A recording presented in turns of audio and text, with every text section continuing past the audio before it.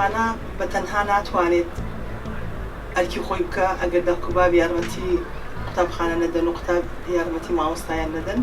بەڕاستی ئێمە ئەرکی خۆمانەکەین، یارمەتی تەڵەبان دەدەین، دەرسی خۆمان بە جوانی دەڵێنەوە، یعنی هیچ قسووری ناکەین، هەوڵ دەدەین تەماشای منداڵەکانەکەین وەکو تەڵەبەکان وەکو منداڵی خۆمان تەماشایانەکەین، وەکو یعنی زۆر مادین لەگەڵیان هەست دەکەین منداڵی خۆمانە.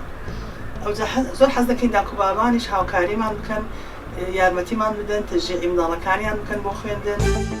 بەنسبەت مامۆستا پیشەکی زۆر پیرۆزە، ئەرکێکی زۆریان لەسەرە، بە تایبەتی لە بواری خوێندن بە مناڵەکانیان.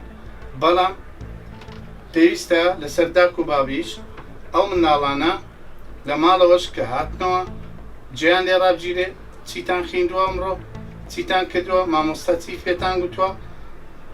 بەس مامۆستا ئەرچیوەی نییە منداڵەکەت فێرکە، پێویستە بەخۆشت چاودێری منداڵەکانت بکەیت لە نێزیکەوە.